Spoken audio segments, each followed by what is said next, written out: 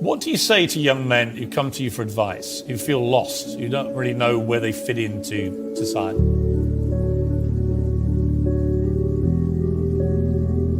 I say that life as a man is exceptionally difficult. I say the most beautiful and the most terrifying thing about being a man is you're born without value. Society doesn't care about you. You're only going to be cared about based on how useful you are. You have the chance to build yourself up and become a superhero if you're prepared to do the hard work and be indefatigable enough to never quit.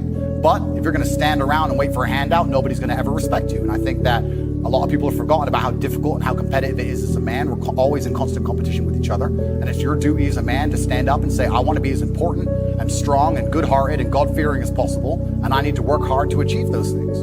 Masculine men have a duty to provide and protect those they care about. We have a duty to do things we don't feel like doing because we know we're supposed to do them. And that's why we stayed in the Titanic and died. We need to be teaching young men to understand that the world is very, very difficult. It's hard to be a man. You're going to feel bad sometimes. You just suck it up and perform anyway. Not to sit there and cry your eyes out or blame other people. Tough being a woman too in modern society. It's certainly tough being a woman, but I'm not a woman, so why would I speak on issues I do not understand? I'm a man. Because every man deals with heartbreak and deals with sadness, but how you use that energy is the differentiator between humans, right?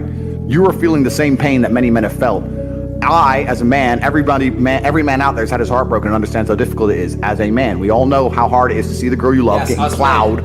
Yeah, getting plowed by someone else, like you have to deal with now. You can log into our OnlyFans and see it. The difference between me and you, and perhaps some of the other men out there, is that certain men take that anguish and take that sadness and understand that energy cannot be destroyed, it can only be converted, and use it to build themselves into a man of absolute standing and power. As a man, you must build yourself into a man of credibility, which means to build yourself into a man of standing, we all start in a fairly similar position. I became me through tedious, arduous, difficult, never-ending work. I think we're here to struggle and to learn.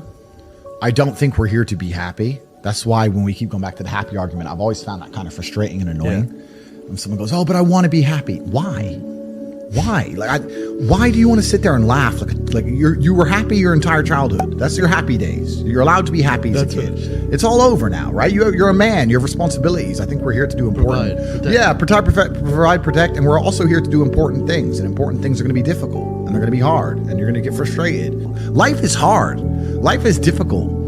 Maybe I've just been unlucky, which I don't believe in, but I've had so much trauma and bad events and negativity and stress and all these things that have happened to me, and I've used all of it to be monumentally successful. If I wasn't that way inclined with the workload that God put on my shoulders, I'd just be in a ditch somewhere. Yeah. I would have killed myself by now. I believe that emotional energy is a lot like a bucket of water. You have all this emotional energy, right? You have a bucket of water. And then you have a bunch of different holes you can pour it down. So I believe if you wake up one day and you feel particularly depressed, you don't feel depressed. You just have a lot of emotional energy that day. Some days you don't have that much emotional energy and life's pretty calm. It's how you look at the problems and how you use them to fuel you. So the question was, what's the problem for the average man today? What's the biggest problem? I think there's a whole host of problems. What you have to do is frame it inside of your mind and understand that all of those problems are going to allow you, give you the fuel, the unlimited motivation that you need to become a successful and beautiful individual if you frame it in the right way. If you take a man and give him a life shielded from problems that he never has any to face, I guarantee you he's terrible at being a man. The best men in the world have gone through shit. That's why women love scars, because it didn't kill you. That's the whole point of it, right? So the best thing you can do as a man is look and go, okay, this is hard, this is hard, this is hard, this is hard. I feel negative because these are all so difficult. I'm struggling with X, Y, Z. Let me internalize all of that and turn it into a superpower. Let me become genuinely uncomfortable with my situation in life and go and fix things. Because, like I said, the universe is absolutely and utterly very giving. And if you truly hated being in the position you were in, you wouldn't be there very long. That is the most basic imperative of the masculine frame, which has been destroyed in real time. They are trying to convince you that you should act how you feel. You should show more of your feelings. If you feel this way, you should show it. If you want to cry, cry. What I'm saying is the reason they're trying to bring out emotionality in you is because of exactly what Myron said. Most of the time, you don't feel like doing the things you're supposed to do. But the true masculine frame throughout history was doing the things they didn't want to do, but they knew they had to do because they had honor and duty. That's what honor and duty means. Do you think the men on the Titanic wanted to stay on the fucking Titanic? No, we're men. We have to stay. We're scared, but we must. It's our duty to let the women and children on the lifeboats. This is masculine duty. A good man controls himself.